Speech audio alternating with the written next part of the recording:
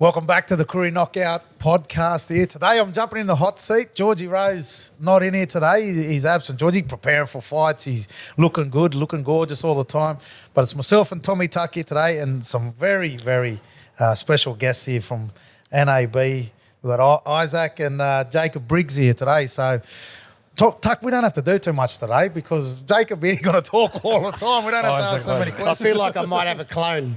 Jacob could be my clone. Two fellas that know the knockout inside out. Been playing since, I don't know, I'd say he's probably been playing since he's at least 15, 16. 16, yeah. And I think I've covered these sort of yarns where they come into it with the Newcastle sides, maybe back in Dubbo in the early 2000s.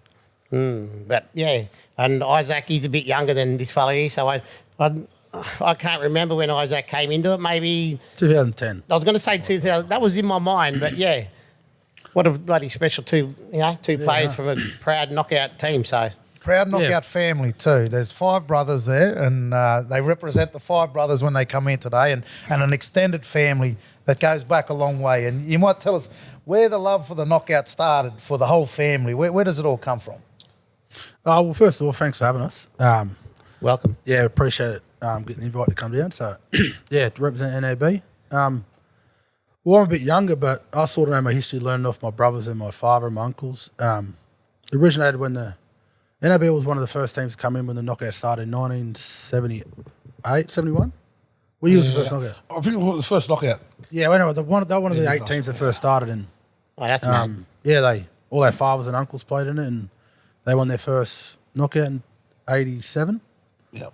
And then early 90s, they split into Mindaruba, Newcastle Yowies and Newcastle Emus. And that's how we sort of went our 3 separate ways to Newcastle teams. So back in those 1987 when they might have won the knockout, or when they did win the knockout, you said, were they under Newcastle All Blacks or was it just a Newcastle team? No, or? so they were Newcastle All Blacks. Yep. And then shortly after that, a few of the older fellows around Newcastle there made their own team, Newcastle Rebels.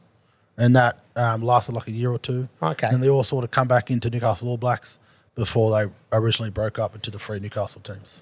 Well, I'm pretty sure Newcastle, I think they might have played Walgett, BAC, in the grand final. I was talking to my father the other day and he was saying... 1988? I think you guys won 3 years in a row. Got 3 in a row. 3 years in a row, and then my father was saying that he's brought it back for the 21st anniversary knockout to Sydney to because a lot of people weren't travelling out. There wasn't much accommodation and stuff out there. Yeah, so we had the knockout for 2 years in Walgett, and I was only talking about this with someone the other day, and I was just thinking we had 64 sides in Walgett, and there was, fully all the teams in the draw, and the town only holds probably 1,800 people. I don't know back then, but that was back in the day when people used to come and they'd say, "Where do you sleep?" Oh, we'd put the tent up in the levy bank because the levy bank was something. Yeah, I heard all the stories about that. They talk about the levy bank in Walgett. That's we talk about these people from back home. We say, "Oh, these fellas are too scared to leave the levy bank." So, so they pitched all their tents up there, and 64 teams came, and Walgett won it for 2 more years. But I'm pretty sure the Walgett beat Newcastle All Blacks in the late 80s. It might have been early 80s. So when they won that run, they won that 3 years in a row. 89? 89 or 88? No, Walgett beat the All Blacks in 88. The year after the All Blacks won it. That's right. And they hosted that Walgett for 3 years. So we won in 88. Me and Matt were the ball boys in the grand final. We ran the Walgett boys out like they were superstars, and which they were. They had a very, very, very good side. Strong team. Very strong. A lot of mongrel, tough. Probably the same as the Newcastle fellas because you would have had all those, all the mob from out now in Newcastle, Moree, and all the fellas coming together. Yeah, big family connection. Yeah. Moree, Armidale, Newcastle. Tradition. Yeah, go. That 87 knockout was in Armidale. I was a ball boy when Newcastle won that knockout in Armidale, and it was one of my earliest memories of the knockout. I remember the year before Narwin, my dad was captain coach of the Narwin team that won in Moree in one of the best knockout finals they talk about, and Moree had a superstar side in that knockout in 86 when Narwin beat them.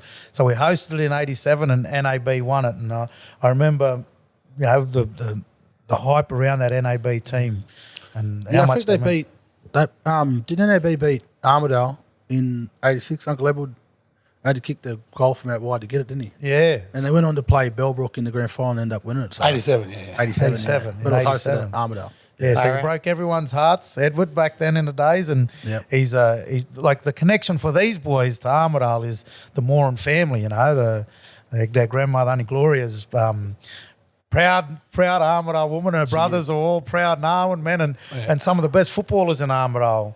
Old Clary Moran, you know, he's probably one of the best to come out of Armidale, and he's. I know he did a lot for Edward and Malcolm, and then obviously you boys would have felt that influence of football through the bloodlines. Yeah, absolutely. Yeah, I remember 1 year there, Uncle Malcolm. I know Uncle Edward told me Uncle Edward played for Newcastle All Blacks and Uncle Clary played for Narwhal. And 1 year there, they played each other, and Uncle Clary, I think, broke Uncle Edward's jaw. Yeah, he broke his jaw. So, you know, it goes to show, like, nothing on the field. Once you walk on, Once you walk on the field, yeah. you reckon it just No you're on family. that side, you're on that side. The mob's irrelevant. Absolutely. It's there for the emotion. That's the hype of the knockout. And Malcolm, tell us about Malcolm when he played against you yeah. boys. I was about to say, Like, I'll say Uncle Malcolm proved that families, you're not family when you verse each other. In Yeah, well, 2016. I'll give you the What was that? What year was backstory. that? I'll give you the backstory first. It was at Leichhardt in 2017. He's playing for us with Narwhal, and he says to us when we're coming up against NAB next, and he goes, "Let me start, let me start." And we were always going to start him because we know he's crazy. But you got to remember, this was the quarterfinal to get into the semis. Yes. So by this stage, it's fair income. Yeah. So keep going though, Dino. And he come in and he hit Randall high, or was it Isaac? No, it was Randall. It was Randall. He hit Randall high around with a swinging arm. And I remember Jacob run straight up to him and Scott A. and I'm saying, to him, "What are you going to hit your nephew? You're going to hit your nephew? Are you going to hit?" And he just went whack, put a punch straight up. Yeah, he started slapping me in Scott. Yeah, he started slapping the ball. And then we thought, well, he has to run the ball sooner or later. So, because he got Randall good and Randall was a bit wobbly, and I got Randall good. And next minute, he had to run the ball sooner or later. So, next minute, he ran the ball at Scott, probably the worst bloke to run at. And next minute, Scott hit him. I don't think it was accidental or deliberate, but hit him high. And next minute, Uncle Malcolm went off the field. I don't think he come back on after that. Killing each other. They And started. this goes to show on the field, you know, family don't mean nothing on the field. Much I said to across the that boys, line. he started that game for one reason only, to put his nephews off our game. And one thing I was thought about that game, Isaac started off to bench that game. And he's one of our forwards player. So I think if he started, he probably would have kicked it Uncle Malcolm. I remember sitting on the sideline getting hot-headed, and Will was going, "Settle down, he's the uncle." And I said, "He's not my uncle today." Were you walking around the sideline doing little laps? I was- Ready, come I on, think put I me was- on. I think I was kicking the bench, everything. Oh, but And after that game, was Mum and Uncle Malcolm, their brothers and sisters. So Mum would ring up Uncle Malcolm going for head. "Hey, what'd you do to my nephew down there?" Nah, but it was all fun. It was all good. Did Isaac? Did they put you on when Malcolm actually come off, or did you have any exchanges He had of words? HIA, so he had to come off. And then they said, I "Let's think they put put me Isaac on on." then. Yeah. I think They put me on after he come off. They knew what they were doing.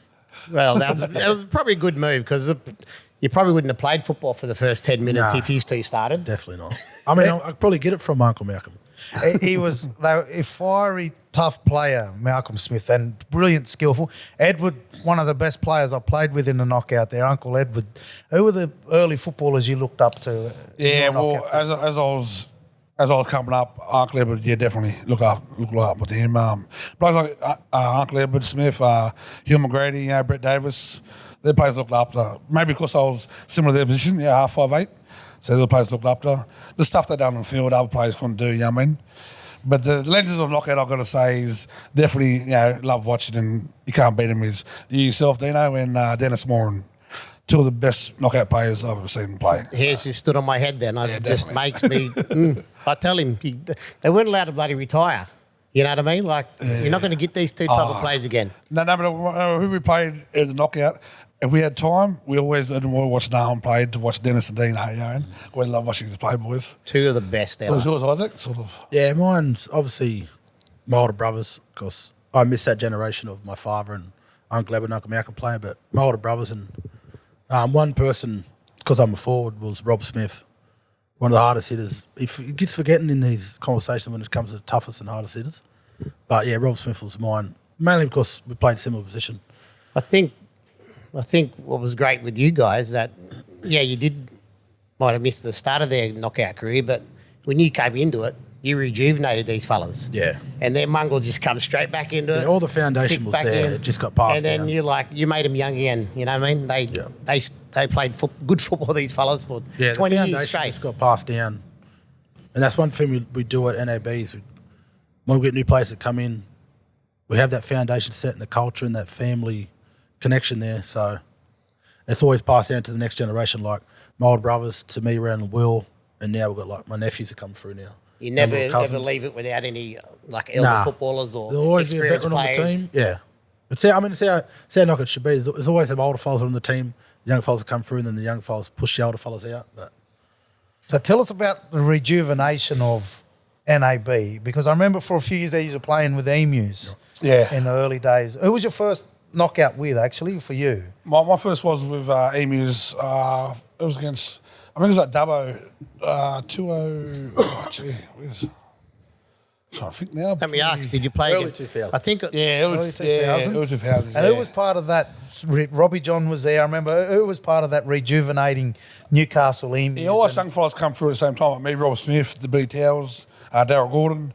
We all sort of come, us young fellas come together, and it took us a while. Like we used to get knocked out, first, second round every year. But then after a while, us boys got a bit older and mature, and we started making a few finals. We were close there a few times, semi-finals, but we didn't win it with emus. But I remember the semi-finals at Raymond Maitland. Curry. Yeah, Curry, we played. Oh, yeah, we played Redfern in the grand finals that year. Yes. And that's when he's made your mark. Yeah. He was starting to come back, and everyone was taking notice because Scott was coming through there. He's only like 17. How brilliant was Scott Briggs? I think when I he was like first 17 started that year, and when he first came on the scene, he was killing it, Scott. Yeah, and all us young fellas were around 20s, but that Redfern, that was the top side. I think they won it 3 years in a row that year. they won 4. That 4 year row up. I think that was the first year they won it. Yes. With that Redfern side, they formed for those 4 years, but I think that one, they had all the good players going around, Sydney, just elite footballers. And they did come up against you guys in that final, and Scotty was like a 17-year-old halfback. Yeah. But I remember a few things in that game where he still tore them apart, for a young fella, and just showing how good of a footballer he was, and he still is, sorry. Yeah, Scott's one of them players where you give him the ball, you don't know what could happen, you know what I mean? Yeah, you don't know me bring this up, but he's one of the players where you should have played down over Royal Scott, you know what I mean? Oh, we definitely. Everyone knows. Like, everyone knows that. Everyone that's seen him play knows that. Just me, brother. Even though I'm his older brother, I looked up at him on the field, you know what I mean?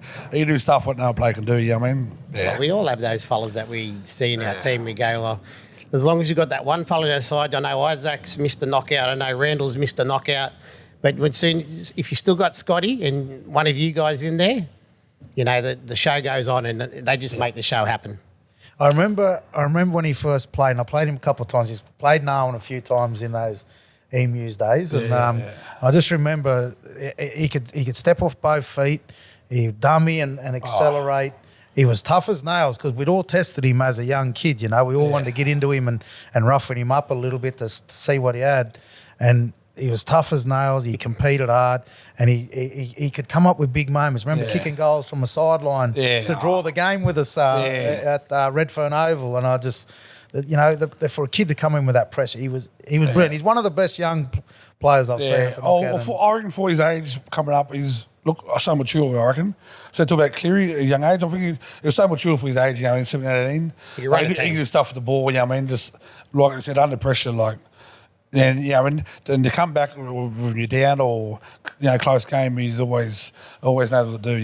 So he pulled us out of the fire a lot of games. Oh yeah, pulled us especially in 2018 when we won the knockout.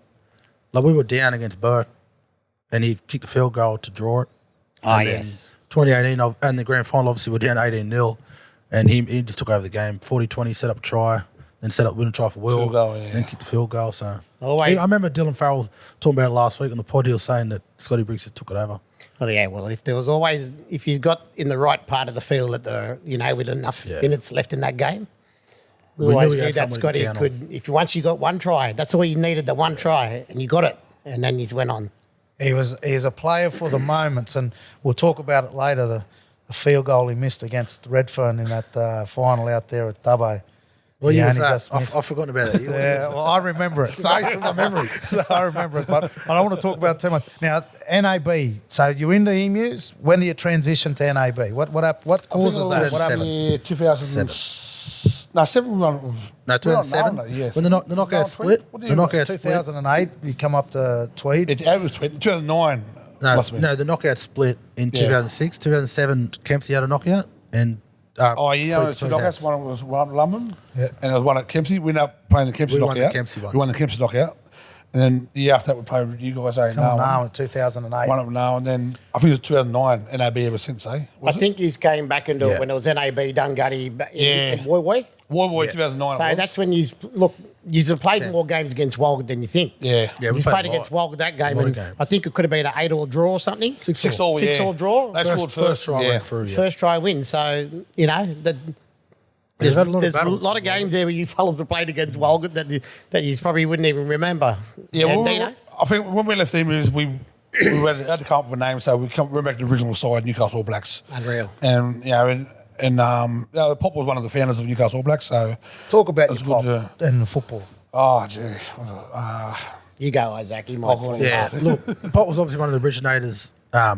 He was a big NAB, yeah. reason NAB got started again, and look, a lot of people that know our grandfather know who he was, what he stood for, and it was actually awesome because 2018 we were waiting to win our first knockout, our first big knockout. We won in 2007, but it was when the knockouts are split. Yeah. And no one really classes as a big win. But when we got back into the big knockout, we won in 2018. He was on the bench there, and we got that win for him. And yeah, it was awesome. And he unfortunately passed in 2021. So we're really glad that we ended up getting that one in 2018 for him. So that's really good. That's special. I remember that. Now go back to 2008 because I playing with Narwin, and you come in last minute. Yourself, Scott, Tyron come into the side. Malcolm and Edward.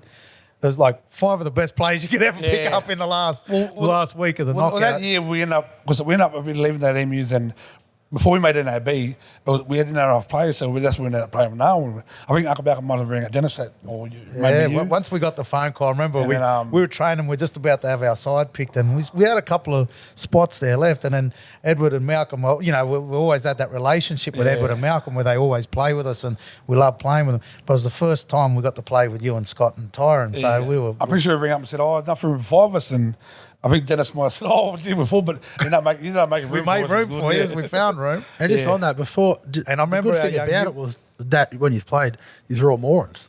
So it wasn't like Family. Yeah, all family, all of course, family. So there was a connection there. Got a massive family, like obviously the Archibald side of the family. That's all of us in the Narwin side. So we're all related when you come there. And for us to pick the 5 of yous up just before the knockout, it's sort of we had confidence of going there and doing well. And then once we picked these 5 up, Tuck in the last sort of week of the knockout, we went there and we thought that we were going to be unbeatable. And it was a great side, wasn't it? Awesome side, strong bench. Like me, Scott, and Uncle Edward about walk off the bench, and Tyron started centre. Yeah, I was I think getting Tyron centre at the back of the knockout, didn't he? Or- Yeah, Tyron killed it that year. That's Tyron killed it. That's yeah. full nostalgia. That is, man. That team there, like to think about that as a family team with the originals, the old fellas, you guys, and then your young cousins, all in one side. That's Yeah, that year was the first. That was the first year before I played my first knockout. And I remember sitting on the bench, like me, Randall was on the bench, riding the waves of the whole knockout, as you do. And I remember saying not long ago to Randall, like, that knockout was the most emotional field. Obviously, probably into it, but like, as a young fella watching, I remember when we just won, I remember running on the ground, crying my eyes out, like as if I'd won it, because my older brother's won the knockout. And I remember that was when I first understood, because I was 16 at the time, was when I first sort of was coming into a man and understood what knockout was about, more than just like watching it and wanting to play. The emotions of that knockout was unreal. Tuck, one of the things that I whinge about with Narwin at that time, so we had 5 of them playing with us. The other 2 brothers coming through, sitting there like getting emotional like that. Narwin had a chance to keep them because they didn't have a team at that stage. The NAB hadn't been formed, and they were sort of in a space where they didn't have enough players to put a team. So, and I was like, put Edward and Malcolm in charge put Edward as the coach of the Narwin side, keep him up here. We got Will coming through. We could have had a great team for years, but they dismantled that old side. Eh? I think it was meant to be though, because if you fellas played together and stuck together for another 4 or 5 years, you'd still have been playing, and I think it would have been No about doubt, a dozen would have been knockouts. strong for sure. No doubt. Very, very strong, with the passion that you fellas have and the ability, put all that together. It's a winning formula. Tell us a little bit of both of yous about why you play the knockout. What is it that drives you? What do you feel about it? So me personally, I wanted to play knockout before I wanted to play NRL. That was my dream. Because I remember going to training with my older brothers, my uncles, and getting around that knockout vibe. And from my experience, like I wanted to play knockout before I wanted to play NRL. And like I didn't think of playing NRL until I started growing up. Because that's the pinnacle. We all say we're going to be NRL players growing up. Like it's and rugby league is a part of the Aboriginal culture, and a big part of the Aboriginal culture is the Koori Knockout. Like it's the largest Indigenous gathering in Australia, possibly in history, and we do it once every 12 months. So, look,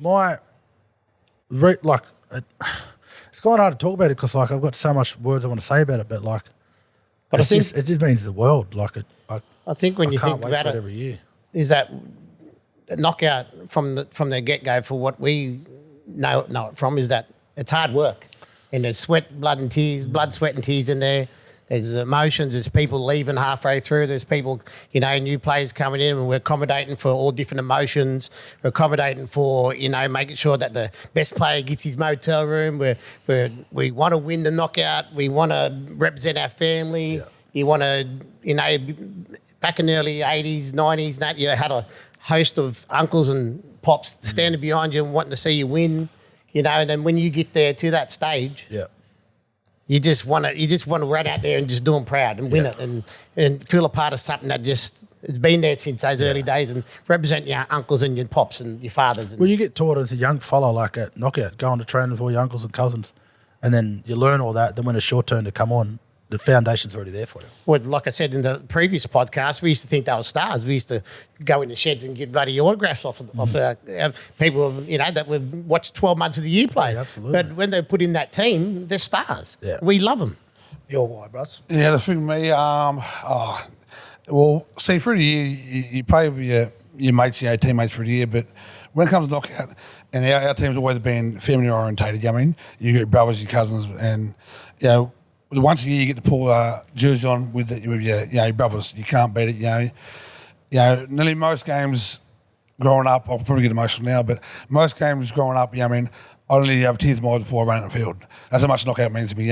You play beside your brothers and you can't get that feeling when you play beside your brothers for the year, because you play against your teammates, with your teammates. But when you play your brother or your uncles on that knockout, you can't beat it. You put a jersey on, you represent not just your brothers and yourself, but your family, your community, represent pop. You can't beat it. And with our team too, you ain't going out there like you with strangers beside us. We all know each other, our team. We've always been family orientated, always grew up together. Even though we played each other through the comp, through the year, you come together for a knockout, you can't beat it. So, yeah. Pure emotion. Oh, yeah. And, you just single in that one weekend for that year. Yeah. How are you gonna come together and what you're gonna do? And I think as we start off with NAB with that emotion, like you're saying, we used to every game, every year we used to give too many penalties away. We just want to fight. I want to, and we touched on it there earlier, and you said you wanted to forget it, but there's been some heartbreaking losses for NAB. Yeah, absolutely. And I think it's what's made the team. I remember early in the knockout, your losses actually earned the respect of everyone. Everyone loved NAB because of the heartbreaking losses. Tell us a bit about some of the memorable losses. Look, when it's just like any champion. Every champion has lost before, and when we first come onto the team scene, like especially like me, Randall, Will, because the older boys are older, and we come into men and sort of took ownership of the NAB team, became like the nucleus. We were very ill disciplined, and that led to like us being good, but then end up losing the game because of our discipline. And when we sort of got it together in 2015, was sort of our first year, we sort of broke away from that ill discipline. We went to the grand final, we had an awesome knockout, and then obviously we got beat by Redfern in the grand final. And like that loss, like it honestly still hurts me today, not on a larger scale, but sometimes when I think of it, internally, I think I was just like it's the one that went by, it's one that we should have had. But we lost that one, and then we lost 2016. Then we got our first one in 2018. So I believe suffering them losses turned us into that time. In 2018, when we were down 18-0 and we'd been beaten previously, that's where we found something that we didn't want to suffer that loss before, especially that heartache in that grand final. And that's how I believe we turned around in 2018. The year at Raymond Terrace, when you played the 3 games on the Monday, take us through that day. Tell us about how that whole thing worked. Because obviously it was a protest the night before. and then you had to come back and play Toomala the next morning Yeah, it was, before the semi-finals, on the First last of all- day of a knockout. First of all, I want to say that's a massive achievement that day. Before you tell the story, Yeah. because no one would know what that would feel like, but because Well, no one else did it. The last game was we played the Sunday most afternoon. We had to play Barbarians. It was Northwest Barbarians. That was like Dion Mann, had a good side. Dane Laurie, Scotty Laurie, yeah, Scotty Laurie. Scotty Laurie, Had a gun side. and we had a protest about for not being Indigenous in our team, and anyways, the protest went all night. They couldn't make a decision, so we ended up playing them the next morning. So we played them. I think it was 7 o'clock, 7:38, 8 No, o'clock. we or played something. 9. Yeah, played at 9 o'clock in the morning. Then we just got through that game. That was a tough game. And we played Yowies And then we played Yowies again. Then and then Walgett. and then we were playing Walgett in the grand final. Yeah. How was the bodies? How did you feel going for it? Was it mentally a you, big you gaunt? saw every knockout. Obviously, you boys can talk about it. But I but never played you know- 3 games on the Monday. No, so but even if you Munga play died the knockout other way. time, 3 games even if before you play they get knockout in. time, you still don't get. You get sore. You don't worry about it till you're sore till after the knockout, like a whole sore. But when you're there in the moment, you can't think about getting sore because you know you got to pick up. And I believe I might be biased, but I think forwards win knockouts. They do. Of course And they do. Playing that 3 games on that Monday, no one had ever done that at that point. So I believe it took us out. But we had enough in the fuel, had enough tank in the fuel in the tank to get over the Yowies game. But then not take enough away from Walgett. They got us, but I think we may have been a little bit tight in that back end of that game. And It was a gallant loss. yeah, I think that 9 o'clock game might have took us out of us because we'd played 5 games up to that point. So what do you feel about that day? It was one of the hardest days of footy. Yeah, it was. Yeah, because to do it Sunday is tough. But on that Monday, we played 3 strong teams. That Barbarian side, that was a strong side. And then what was it was extra time. Yeah. Was it? yeah, no, we went extra time. Yeah, Yeah. Got off the bomb. Extra time. Yeah. So we played extended minutes that game as well. Yeah, and normally you have 8 o'clock game and then you play an afternoon, but this time we about 8 and 10. Then we played the grand final about 2 or 3 years. So, But we also played at 9 o'clock. never and took then- its toll. The bodies are sore, but I walked too good in the day. Yeah, for sure. And the semi-final against the Yowies, I think if there's a team that NAB is going to get up for, it's going to be the Yowies because it's one of the best rivalries at the Yeah, knockout, good NAB rivalry, yeah. versus Yowies. So come on, Jacob, put it all out there. I don't know what And it is. we're family too. I don't know what it is with Family. the Yowies. Walking Abe, love you boys. Yeah, but this is knockout. This is knockout. Every year we play and we just just want to kill each other. Well, I don't know if they want to kill us, but we sort of want to kill them. But you fellas want to kill every team. Yeah, but no, but it's the alpha rivalry, and that's how it should be. Yeah, yeah. I would expect them to come out and hurt me. But I think come They down. know I'm going to give it to sorry. them. I think come down to also that. Yowies always had big names, you know what I mean? And I think we always love playing and test ourselves against the big teams. And Yowies was always one of them teams, you know what I mean? So we were up for one of them games and always tough games, yeah. Some great games in against each other over the years. What's some of the memorable ones for you guys with the rivalry with the Yowies? Yeah, mine was probably 2014, that semi-final. That was a fiery game. We ended up getting a big all-in brawl. A couple of players got sent off. Fighting. We're fighting each other, all cousins and everything. You're playing 3 games of football and still manage to have time to have a blue Yeah, too. and then extra. You'll always How find much time more for a energy blue you want to knockout. waste? And then went emotion. extra time, so we played extended minutes there. And then when we finished that game, we're like, right, we've got Walgett in the grand final now. So it was a tough day for us all around. Like I've never played. But it's a part of knockout history now, and it's always good to be part of knockout history. Your favourite one's going up against the Yowies. There's been a couple. Oh, gee.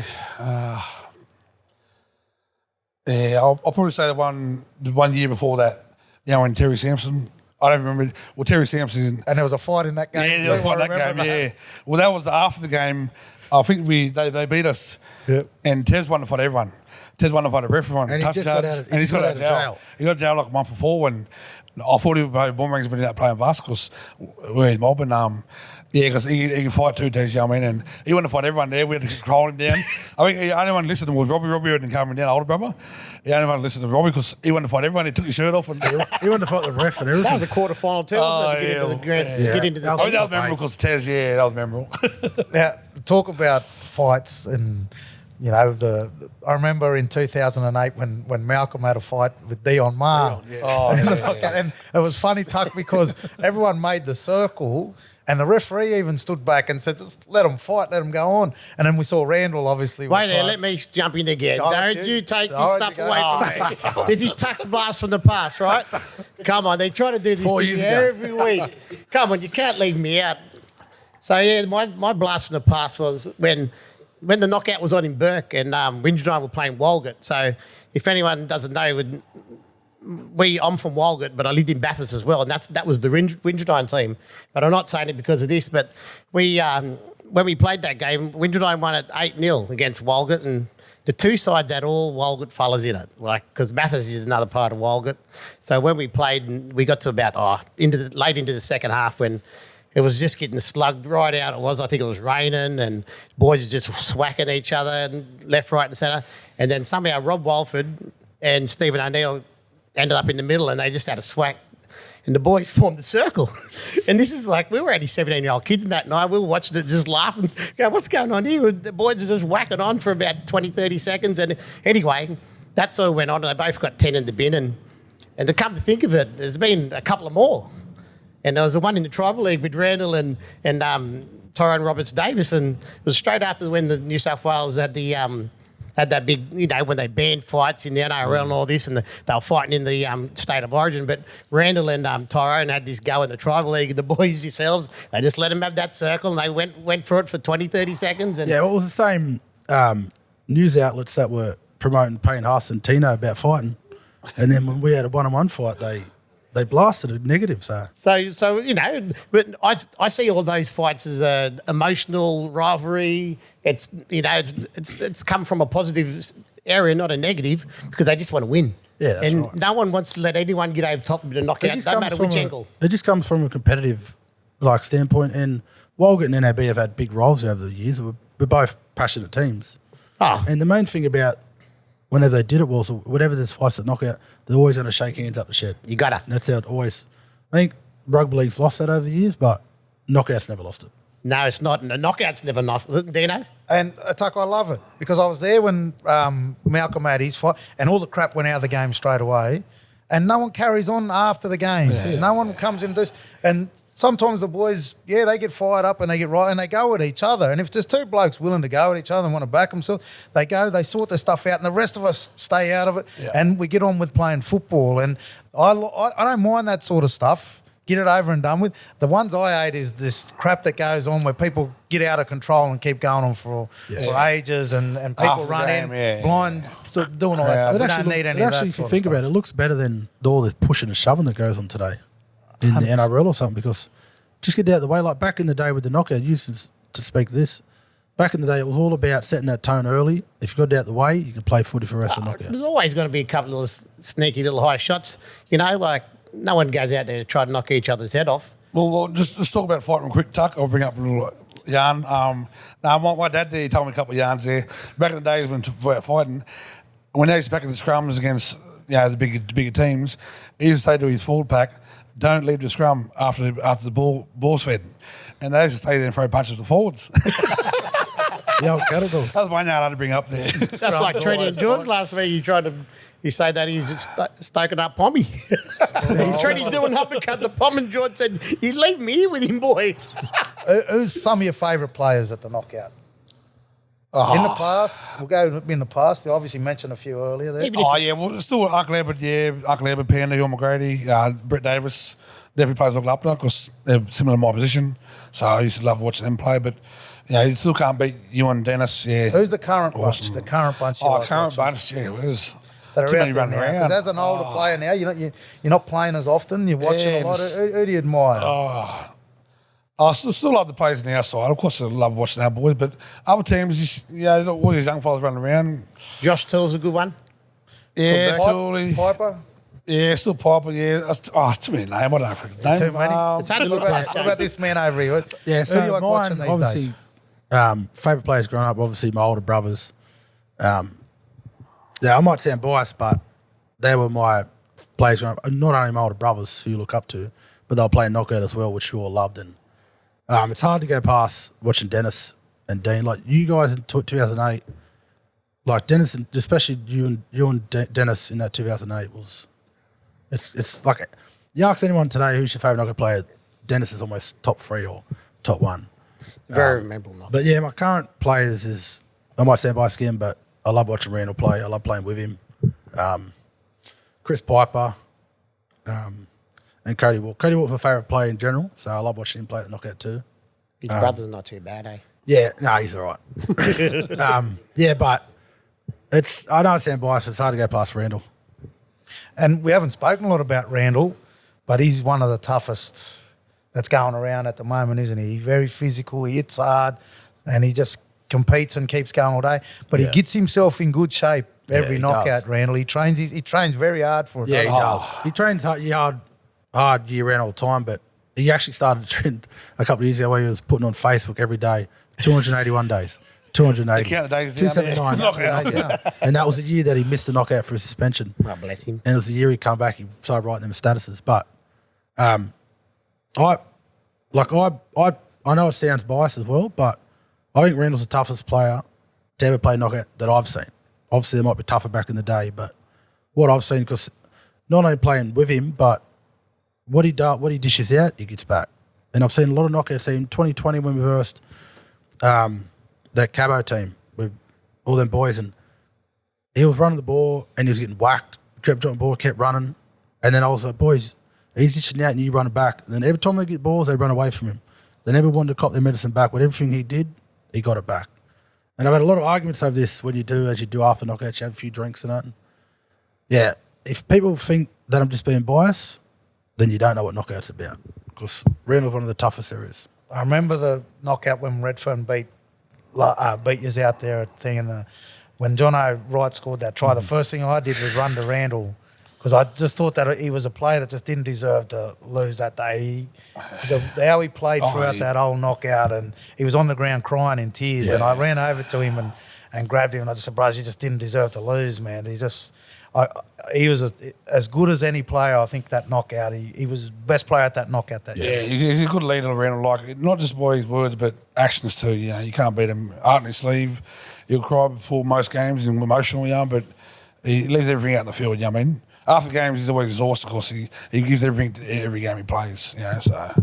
He's a good player to play with, Randall. Awesome. the sort of fellow that when he plays, his last game's as good as his first game. Yeah. Like, there's nothing that he leaves everything out in the field every game. Yeah, absolutely. And you've mentioned, like, how you got tears before the knockout and that. Yeah. I think just looking in the sheds before you play a game, your Reynolds there beside you, you got a good player back in the game, got your back. Any fighter who's knockout and been in teams and, wanting to win and play for someone, they've all gone through that emotions. Yeah. That's the pinnacle of how you feel about it. We talk about fast players too and the speedsters. Who's some of the speedsters you've seen? I know Aaron Simon, 1 year there at the knockout. Don't mention Aaron. Shirt on or shirt off? Should we mention him or not? But Aaron, shirt on or shirt off? He's one of the, Yeah, my little one of the cousin. He's pretty speedsters. fast, little Aaron, yeah. Obviously, Will's fast. Tyron was fast when he was playing. NAB hasn't really had speedsters, but like the Kempsey or the Moree teams. We haven't really had speedsters. Who's the speedsters you recognise from those towns? Kempsey, Moree. Who do you remember as being the fastest? Jay probably know more than me, but Oh, I remember George Cope used to be fast. Remember my Briggs? Georgie Cope, George Cope used to be fast back in the days. But I reckon the fastest I've seen lately is, who's the winger for you? What, lately? The winger? Byra. Oh, gee. oh yeah, far out. If he ain't the fastest, gee, what's he clock? Yeah, he's speed. If he good time, that fella. What? Man, gee. No, I'm saying I've seen him fast fella move. Gee, he's Yeah, no, fast. he's He'd be up fast. there. Absolutely. Real Yeah, for speedsters there. Another little cuzzo played for Wild. Freddie Waters. Oh, yeah, Freddie. Yeah. It depends what he's running for. Freddie, It depends what he's running for. Well, I never seen a big fella move that fast. Oh, Freddie, he can move for They're Freddie. the fastest fella with the pot belly and the skinny legs. They're the fastest. We all got that. Hosting the knockout a couple of times. I know the family all pulled together to host the knockout. What's it feel like when you've got the family to run it? Obviously, that side of it's awesome because you win a knockout, you're the champs for 12 months and you're in control, you get to host it, and you know everyone's going to show up because it's a knockout. But it's a stressful time. It's hard, yeah. It's been fights, one challenging for the knockout. team, hasn't it? Because Yeah. you're fair to say, both when you hosted it, both times you probably didn't perform No. your best on the field. Probably the worst Ever you've since played is when ever you since hosted I've it. played knockouts, they were our two worst performances, and it was after winning. Like it just shows winning back to back is obviously hard in any sport, but winning knockout because like most of the committee has full-time jobs and you got to work.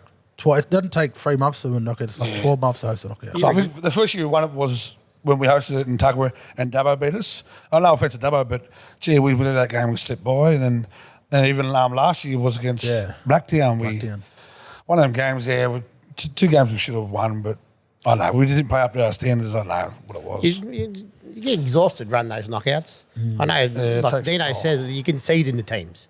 Yeah, absolutely. You know what I mean? You do just as much as the committee and everyone, and you just run. And you want to put the best, and you want to put the best knockout on for your mob, for the whole, everyone coming in. And if you don't, it's part of our name, and we want to run good knockouts for not just us, but the whole knockout. So you nearly jeopardises your yeah, because we have a bad record of if we win it the year after. I don't know if we win it again, we'll have to settle it.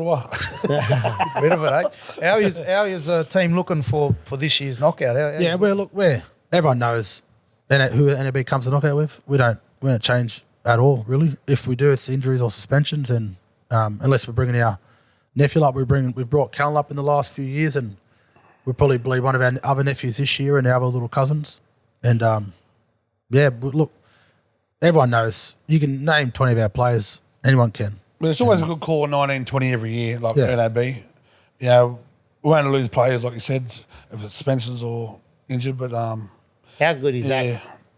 The reliability to have 20 good footballers. And the good thing about that I'll probably bring up is that we always train in advance knockout. A lot of teams train week before or the weekend.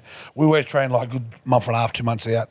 And the good thing about that is when we have training, majority of boys live in Newcastle, so all boys at training. So that's good. We say one move, everyone knows that move, everyone knows that set play, so it helps us in knockout time, Yeah, I think it's why I've been successful the last 10 years. If we're not top 4 or winning it, we're around that top 8, top 4 mark, and that goes down to everyone playing in the same comp, in a strong comp. Like Newcastle's the strongest comp in New South Wales, and most of the boys are in that team. And obviously Newcastle's a big town and we've got a lot of family in Newcastle, so that helps us at knockout time. What's the ingredients off the field to make NAB successful? What is it about everything you do off the field? Off the field, I think it's, like you said, they were talking to the podcast, I think it's a lot professional. We start with 1 strapper, now we've got 2 strappers. These days we've got a physio, we got a massager, we have an ice bath last year. Mad. So it's gotten a lot professional, But, and we even treated that way, like, if we play 10 o'clock, we get there at 9, we play and we come straight home, back to motel. And, it's all professional, We don't watch other teams. We pretty much focus on ourselves. We play, go motel, Yeah, the days of no warming up and not rocking up, you can't do that anymore. The teams are too good these days and professional. And off the field stuff, a lot of it's friendships and a lot of us playing in the same comps together, and you build them combinations. It's like Redfern when they won them 2 years in a row. A lot of them are playing a lot of you boys are playing the Redfern comp. We won it back to back. So anytime you get any kind of connection, it's going to help in the footy field. And one thing too, also you won't see one of our players out Saturday, Sunday night if we play the next day. One time it happened to one of our players one year. I don't know if you bring it up. I won't say his name actually, but he played at Bathurst with us, and he went out and got drunk. And next day we felt wrong with him. He didn't play rest of knockout with us.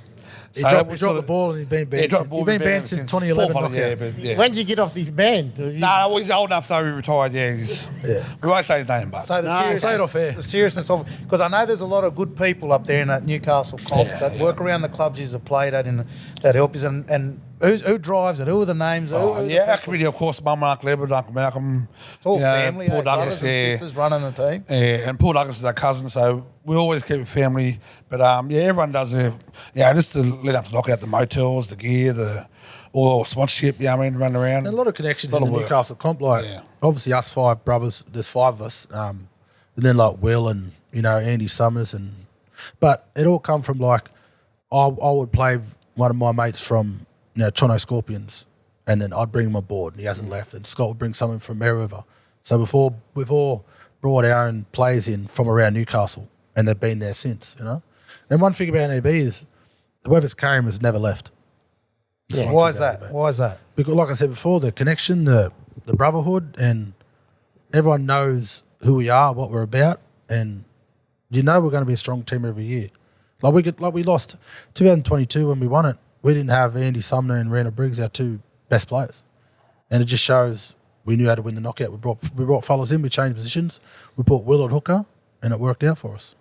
You've got a successful, I just lost my thoughts, but you've got a successful culture there. We do. You like you talked about what makes NAB, your mums and your aunties and that. Like when you see them bust their guts behind the scenes, there's no time to go out there and think I'm going to play better next game. No, that's right. You got to, because knockout's one game by game, and you just put all your eggs in one basket. You win, and you just reset and you do it again. You're doing it for your committee and all those people watching you from the sidelines. Yeah. Obviously for yourself, but it makes so many people proud when you just turn up and put that performance in, and and you've scraped home, and you just know that you got to win that game somehow, some way. And you're doing it for all your people. Yeah, and big games come down to moments, and in their moments, if I look left and I got Randall, and I look right, I got Will, that can get you over the line sometimes. Yeah, that's mad. Who's the player? 3 players you're not going to the knockout without them.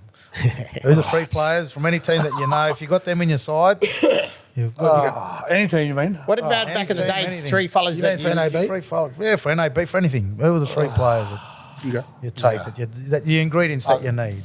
If they were playing, if Jake was playing, it'd be Randall, Jake, and Scott, and obviously.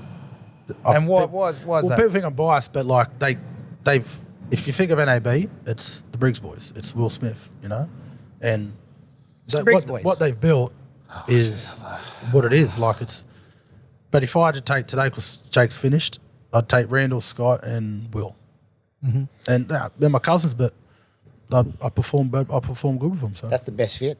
Excellent. Who's yours, David? Yeah, that's a tough one. I can't. Oh no, I'll probably say my brothers.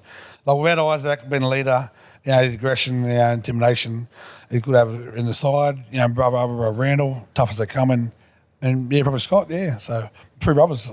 I like that intimidation and confrontational style Isaac has. And I remember the host of this podcast, Georgie Rose, and you out on the sideline, bro. What happened with you and we Georgie in locked that on game? Georgie, Locked. You were a young buck on the back then sideline, too. the first time I seen I you. was a young cocky, You were pretty. They started me front row, and I thought I had a responsibility of being this big tough guy. tough guy, and What year was that? probably a lot of arrogance was involved with it, but Lockhart. I was a young, Lockhart, and Lockhart. I forget what happened on the sideline. Me and George were both waiting to get subbed on, and I think George went about to tell us, so I can't remember, but we went up arguing, and every time me and George would argue, we'd always laugh and shake hands every time we left. And then when we got on the field, I was still a bit upset from arguing, and he got the ball and they called play, and I knew they called play, but I wanted to send a little message, and I'm like, well, you've got to send it to the biggest fella on the field. And I sort of flung him, and then he got up and threw the ball, and we sort of locked horns again, and I remember we were laughing after, but it's always been that, it's always been a healthy rivalry, and I love playing George. He's one of the best knockouts of forwards of knockouts ever, and you get a chance to come up against Big George and So take him on. you would have watched George for a long time. I'd watched George for a long time. I've never seen him get as angry as he was that day. Have you seen him that angry before? No, bro? George was always one of these fellas that he'd park you if you got into a fight. He didn't have to fight. He didn't have to fight, George. No, he didn't, because he just played. He could play 80 minutes every knockout, or whatever. He played 80 minutes in 2014 when they beat us. He played So 80. when he was sort of he would have been sort of at the end of his career when he was playing those, like with the NRL and stuff. So when he played with these boys, he put in some good hard performances there. But the young bucky, he was like, well, George is the benchmark. He's been the best front row in the knockout for 15 years straight. Yeah, absolutely. Isaac come into it and he goes, well, my brother's need me to do something. He showed full bloody confidence and arrogance and locked arms with him and tried to sling him around or whatever. But George would say, that's what knockout's about. We all did it. Well, not me. I'm too little. Trenny did it. Matt did it. You did it. Later generation games between Walgett and NAB. There's some classic games there. That was a brilliant game, and I remember a couple of moments from this man, magical, right at the end of the game, sort of got NAB. He did nothing all game too. We'll yell at him as Jake. He did nothing all week, Okay, and then he we'll go, comes Jake, through pull with a something big out of your play. ass here, and he. Yeah, I think that was Tell us the yarn. That was the same game when Paul, he were in the bench, Douglas, and it was about 2-3 minutes ago.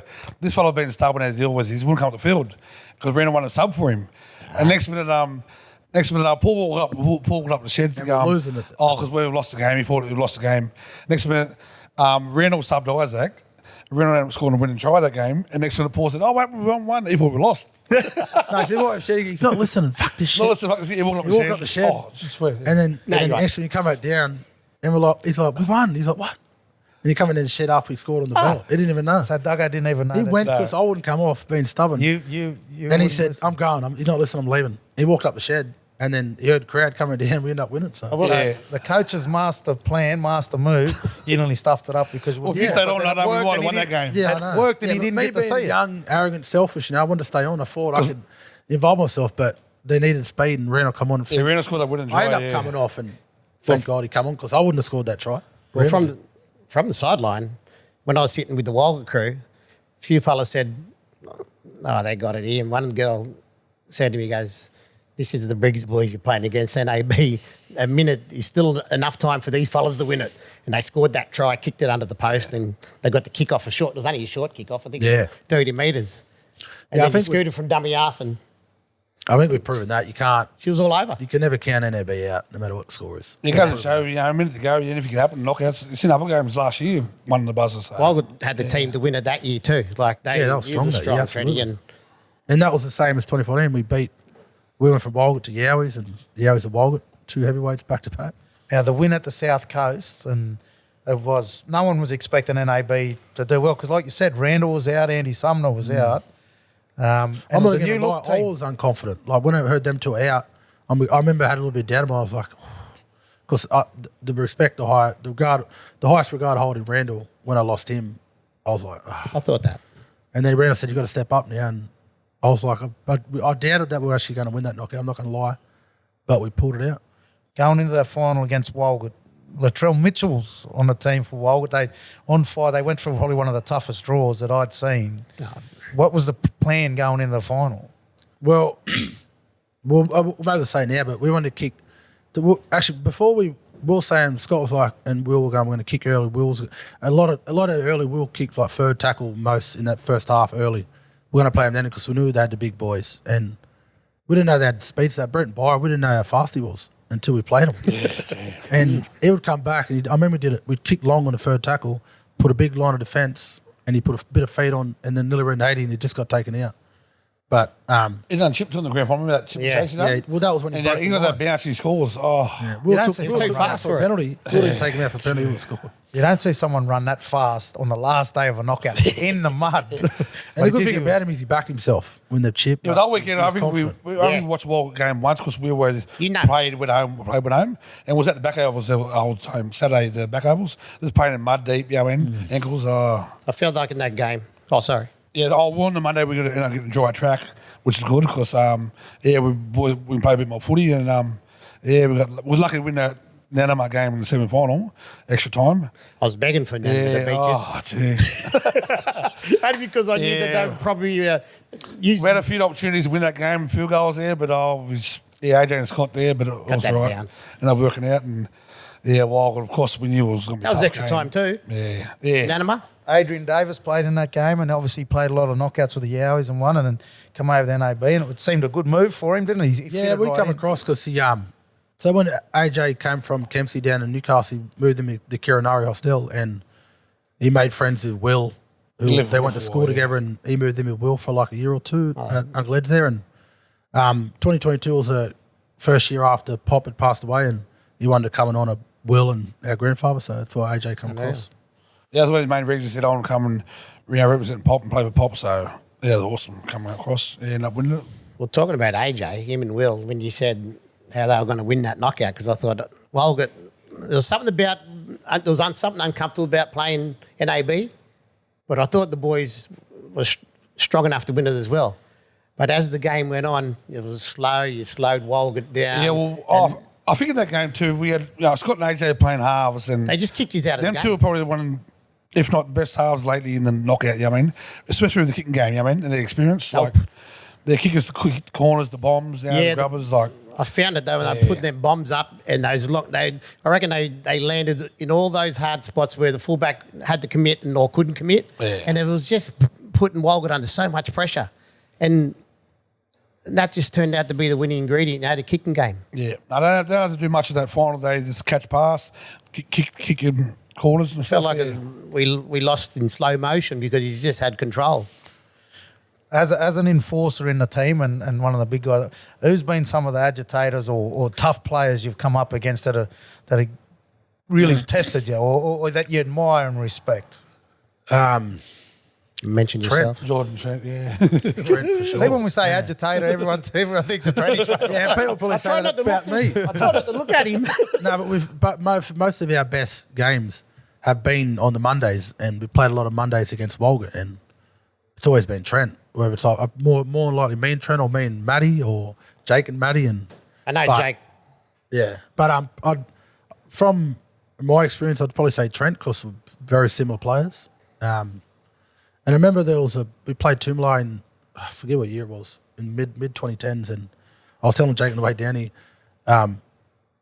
because I was a young front rower, and I might have played a bit cocky, and they tried to get into me, and I remember they hit me around the head a few times, and I remember I was playing the ball one time, and one of these fellows was swearing at me on the ground. He's kicked me from the bottom, so I kicked him back. I was young. How old was he, young man? Oh, I think I was 21 or something. But You were never intimidated by anyone though on the field. nah, never. So And people knew that about me, and who gets that player? Who can that you don't find that player in a knockout need that who can automatically find that can run chin out and not worry about if someone's got to drive you. Or I not. think that just come from me being the youngest of 5 brothers, getting They used lifted to my tell whole you up life at home? growing up. Yeah, of course. Getting lifted my whole life, and it sort of built me a little bit different. And also coming in as the only forward in the team before Randall moved in the back row, I felt like I had a bit of responsibility to, be more than just a forward. I had that bit of aggression and, enforce a little bit. I think the one thing about Isaac, I'll say, like, even though he's a good football player, offload and tough, I think his intimidation, he scared a lot of forwards, you know what I mean? And any little niggle, any little incident, I'll be the first one got your back, you know what I mean? I like one of them blokes where he'll fight you instead of you fight yourself, you know what I mean? What about, you mentioned the argument between you and Matty? Geez, that would have been some good words there in that one. Yeah. Jake Briggs and Matty. Well, I think every time me and Matty and clashed, we always it was always push and shove. We never no punches. So I've got to say that's a good thing. No, we've never thrown I've punches. been very throw punches against the boys, I've always been. Where? You can't say that never went in a fight. It's fair. I think it's always been pushing the shoves. Always pushing the shoves. No, really, yeah. It's fair to say that you and Matt really. It could be the origin picture where you got the Queensland, New South Wales head to head. Yeah, they're very similar. Both 5'8", absolutely. Always in the unreal middle for of that everything, me team. and Matty. Always in the middle. We were starting or breaking up. Yeah, but you were the boss in Newcastle. You were the boss. Matty was the boss where he played, and Matty and Jake led the passion in their teams. And Didn't we everything- love that? Yeah. Everything the young fellas would have learned, they would have learned from Matty, obviously Trent and George, but yeah. everything we learned about our passion for the knockouts from Jacob mainly. He's cheeky, bro, this fella. Like when one of the first knockouts he played, and he played against me at NAB over at Guildford. At Henson Park. And we were staying at our cousins Mandy and Cyril's there for a bit, me and him. Oh, and he scored a try and he come and rubbed it into me, wanted to fight me on the field. You remember that I one? think the same year when I was Bundy too. Yeah. Me and Bundy was shaping up on the field. Trying to fight everyone. I was like, look at this Jacob. I think I was around 19, 20. Yeah, me and Al Bloody McKenzie, Al McKenzie won at the pugs, and I think I ate him high one time. I pushed him in the head, and me and him were shaping up. Because I think Edward scored to try to win, and Jacob come in and started pushing me and shoving me when the game was sort of won by Big Yeah, Nathan. a bit cheeky Won the there. fight. So you're not short of words. Young and this fella. cheeky. So you like rubbing it in?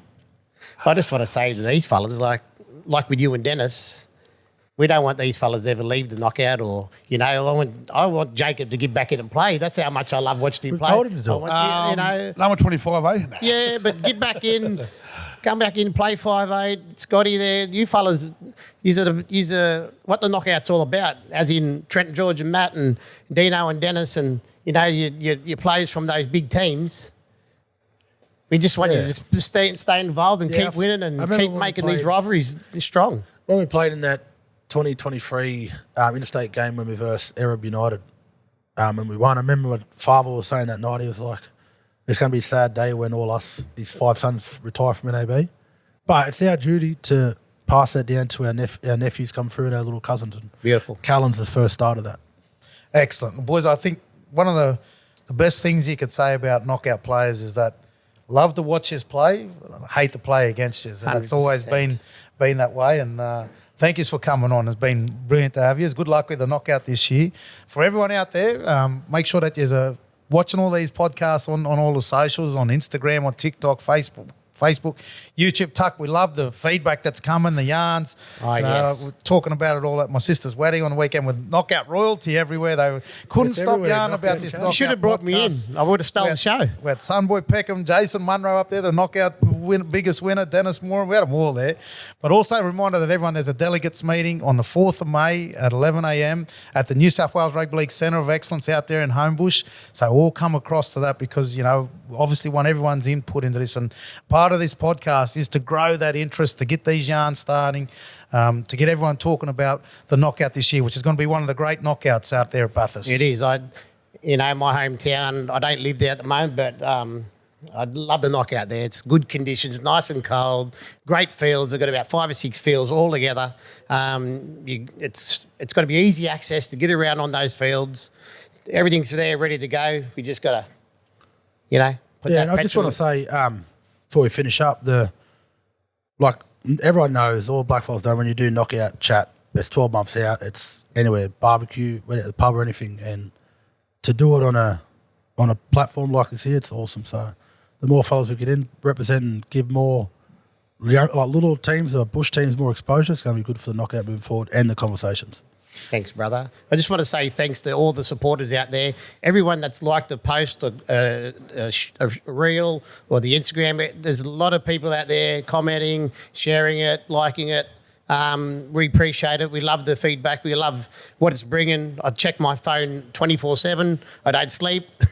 I just love it. But thanks, everyone. Back to you, Dino. Send us all your chats. We're going to talk about all your teams. We love that. And keep getting that interest and creating that interest and buzz out there. But thanks for joining us on the Knockout podcast. Thanks for having us. Thanks very much.